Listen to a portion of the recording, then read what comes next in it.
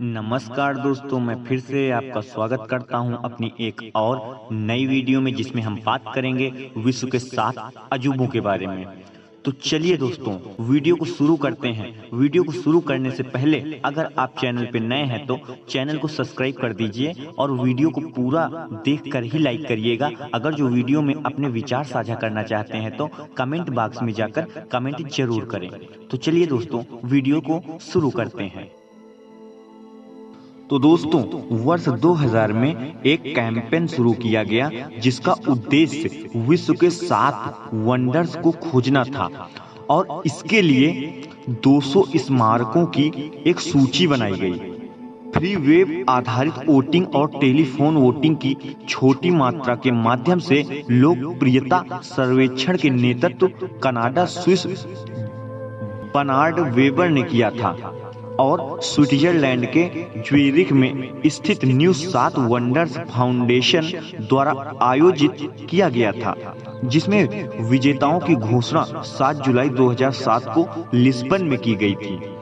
और आज हम अपने इस लेख में आपको विश्व भर के उन 7 वंडर्स, दुनिया के 7 अजूबों के बारे में बताने वाले हैं, जिनको ज्यादा से ज्यादा लोगों ने पसंद करके 7 अजूबों की लिस्ट में शामिल कर दिया है। तो वो अजूबे हैं, नंबर 1 पे है ग्रेट वॉल ऑफ चाइना, और नंबर 2 पे है चीचेन इट्जा, 3 नंबर पे है पेट्रा, 4 नंबर पे है माचू पिच्चू, 5 नंबर पे है क्राइस्ट द रिडीमर, 6 नंबर पर है कोलोशियम और 7 नंबर पे है अपना ताजमहल। तो दोस्तों, क्या आप इन 7 अजूबों में से किसी एक अजूबों की बात पहले से जानते थे? अगर हाँ, तो कमेंट बॉक्स में जाकर हमें जरूर बताइएगा। तो चलिए दोस्तों, अब हम आपको इनके बारे में कुछ बातें बताते हैं। Number 1, great wall of China. 7 अजूबों में से एक है ग्रेट वॉल ऑफ चाइना। इसके लिए ग्रेट शब्द काफी नहीं माना जा सकता। दरअसल यह सबसे बड़े बिल्डिंग कंस्ट्रक्शन प्रोजेक्ट में से एक है। यह कम से कम 55 माइल्स, लगभग 8,850 किलोमीटर लंबी है। हालांकि चीनी स्टडी के दावे के मुताबिक यह 13,170 माइल्स यानी लगभग 21,200 किलोमीटर लंबी है और इस पर 7वीं शताब्दी ईसा पूर्व में काम शुरू हुआ था और 2 सहस्त्राब्दियों तक जारी रहा था। वैसे इसे चीन जरूर कहा जाता है, लेकिन इसकी संरचना की बातें करें तो ये तो वास्तव में लंबी दूरी के लिए 2 समानांतर दीवारें हैं। हालांकि इसे आक्रमणों और छापेमारी को रोकने के लिए बनाया गया था, लेकिन दीवार वास्तविक सुरक्षा प्रदान करने में काफी हद तक विफल मानी जाती है। इसके बजाय विद्वानों ने नोट किया है कि यह एक राजनीतिक के रूप में अधिक कार्य करता है। नंबर 2 पे है Chichen Itza. Chichen Itza Mexico में युकाटन प्रायद्वीप द्वीप पर एक माया शहर है जो 9वीं और 10वीं शताब्दी सीई में विकसित हुआ था। माया जनजाति के तहत इट्जा जो टालटेक से बहुत प्रभावित थे, कई महत्वपूर्ण स्मारक और मंदिर बनाए गए थे। सबसे उल्लेखनीय में सीढ़ीदार पिरामिड एल कैस्टिलो है, जो मेन प्लाजा से 79 फीट ऊपर लगभग 24 मीटर है। मायाओं की खगोलीय क्षमताओं में एक वसीयतनामा संरचना में कुल 365 कदम है, जो एक साल में आने वाले 365 दिनों जितना है। वसंत और शरद ऋतु के दौरान जब सूरज डूबता हुआ सीढ़ियों पर छाया डालता है तो नीचे की ओर फिसलते हुए सांप के रूप में दिखाई देता है, जो कि इसे 7 अजूबों में शामिल करता है। और दोस्तों, अब बात करते हैं तीसरे अजूबे के बारे में, जिसका नाम है पेट्रा। जॉर्डन में स्थित पेट्रा एक प्राचीन शहर है जो सुदूर घाटी में स्थित है और यह शहर बलुआ पत्थरों के पहाड़ों और चट्टानों के बीच में बसा हुआ है। इस जगह को उनमें से एक होने का दावा किया जाता है जहां मूसा ने एक चट्टान पर मारा था और पानी निकल आया था। इसके बाद एक अरब जनजाति नबातियन ने इसे अपनी राजधानी बना लिया और उस दौरान यह शहर काफी फला फूला और यहाँ मसालों के लिए एक महत्वपूर्ण केंद्र बिंदु भी बन गया। नबातियन लोगों ने अपने घरों, मंदिरों और मकबरों को बलुआ पत्थरों से तराशा था, जो बदलते सूरज के साथ रंग भी बदल दिया करते थे। इसके अलावा लोगों ने एक जल प्रणाली का भी निर्माण किया, जिससे बगीचों और खेतों में पानी जाता था। इसकी ऊंचाई पर स्थित पेट्रा में लगभग 30,000 की आबादी थी। हालांकि व्यापार मार्ग बदलने की वजह से शहर में गिरावट शुरू हुई।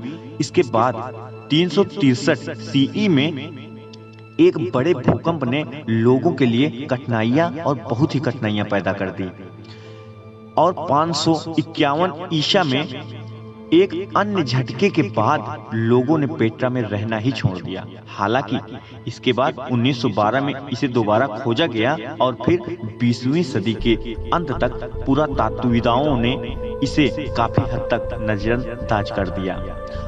तो चलिए दोस्तों, अब बात करते हैं एक और अजूबे यानी चौथे अजूबे के बारे में, जिसका नाम है माचू पिच्चू कुचको। पेरू के पास स्थित इस इंकान साइट की खोज 1911 में हिरम बिंघम ने की थी, जिनका मानना था कि यह विल्का बाम्बा है, जिसका इस्तेमाल 16वीं शताब्दी में स्पेनिशम शासन के खिलाफ विद्रोह के दौरान किया गया था। हालांकि बाद में इस दावे को खारिज कर दिया गया था और माचू पिच्चू के उद्देश्य ने विद्वानों को काफी भ्रमित कर दिया था। बिंघम का मानना था कि यह वर्जिन ऑफ द सन का था, जो महिलाएं पवित्रता की शपथ के तहत मठों में रहा करती थी। वहीं दूसरों का मानना था कि यह एक तीर्थ स्थल है और कुछ अन्यों का मानना था कि यह एक शाही स्थल है। माना जाता है कि माचू पिच्चू कुछ प्रमुख पूर्व कोलंबियाई खंडहरों में से एक था।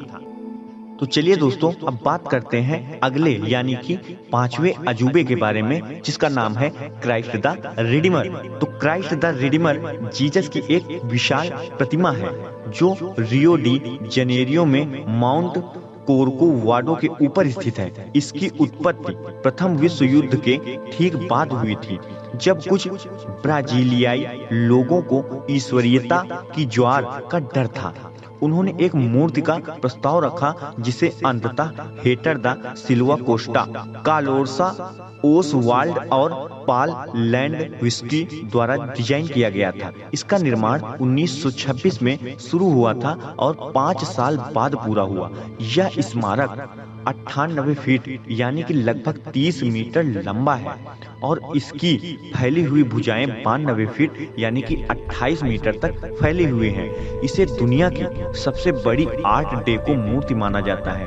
क्राइस्ट द रिडीमर प्रबलित कंक्रीट से बना हुआ है और इसे लगभग 6 मिलियन टाइलों से ढका गया है। हालांकि इस मूर्ति पर अक्सर ही बिजली गिरती रहती है और 2014 में एक ऐसा तूफान के दौरान जीसस के दाहिने अंगूठे की नोक क्षतिग्रस्त हो गई। तो अगले नंबर यानी 6 नंबर की बात करते हैं, जिसका नाम है कोलोसियम। रोम में स्थित कोलोसियम का निर्माण पहली शताब्दी में सम्राट वेस्पासियम के आदेश पर किया गया था। इसे इंजीनियरिंग की एक उपलब्धि माना जाता है, क्योंकि इसका एम्फीथिएटर 620 गुणा 513 फीट है और इसमें वाल्टों की एक जटिल प्रणाली भी है। यहाँ पर एक साथ 50,000 दर्शक विभिन्न इवेंट्स को देख सकते हैं। इनमें सबसे उल्लेखनीय ग्लैडिएटर झगड़े थे, लेकिन जानवरों से लड़ने वाले पुरुष भी आम ही थी। साथ ही एक नकली नौसैनिक गतिविधियों के लिए कभी कभी कोलोसियम में पानी भी डाला जाता था।